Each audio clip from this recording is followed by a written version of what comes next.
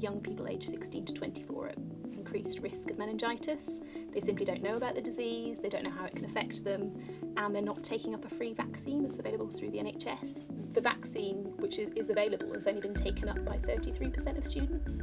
So there's a huge number that remain unvaccinated, don't know about the disease, and quite frankly are not very interested in it.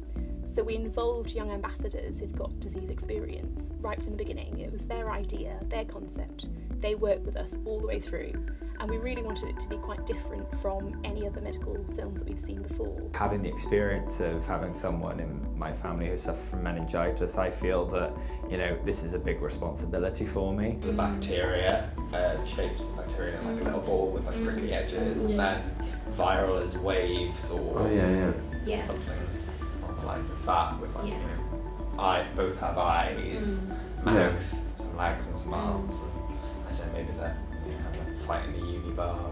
Big challenges, trying to define what exactly we're going to put in this film, trying not to make it too funny, too boring, too in your face, too subtle. The music, that's been another thing, whether it's, you know, happy, sad.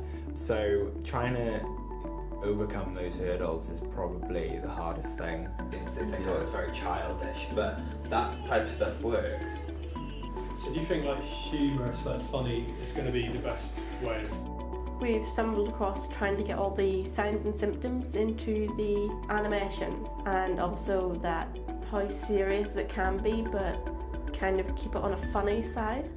And like you could do the symptoms as well, like making a pile of puke or a light bulb or and they're like saying, oh yeah, you know, I did this, I did that, you know, trying to say, oh, I'm better than you. You know, the whole competition is always in uni bars.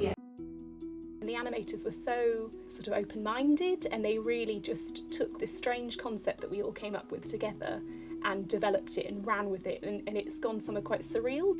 I wanted to be like in a student house where students could relate to that, and the symptoms doing student-y things. And then as you go in, you sort of meet all these weird and wonderful characters. So there's a diarrhea man, there's a vomit man. They kind of play out their personalities, if you will. So so they're being themselves within this sort of party atmosphere. And then we've deliberately labelled them so people really know what they are.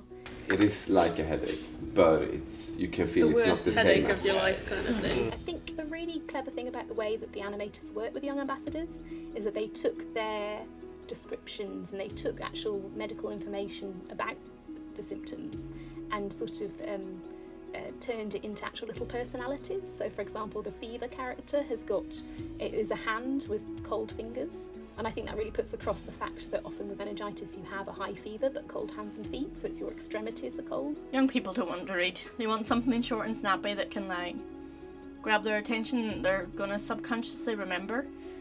It's like an exam. You want to kind of subconsciously remember it, but do want to study for it, which I think the video has done. I mean, I like the whole way the house is designed and how the symptoms are scratchy and dark. So yeah, it really was what I envisioned. I just thought, wow, it was great. Exactly what I thought, you know.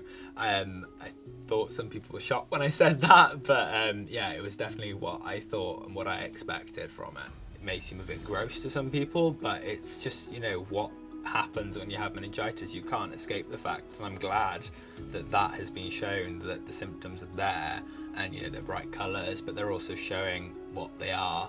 It's just, you know, I feel really proud to have been a part of something like this, you know, targeting my own age group. I mean, I'm going to get it out there, I'm going to show them, I'm going to tell them, look, share this, I want to see you sharing it. It's more about engaging them and making sure they remember these symptoms rather than depressing them and bringing them down.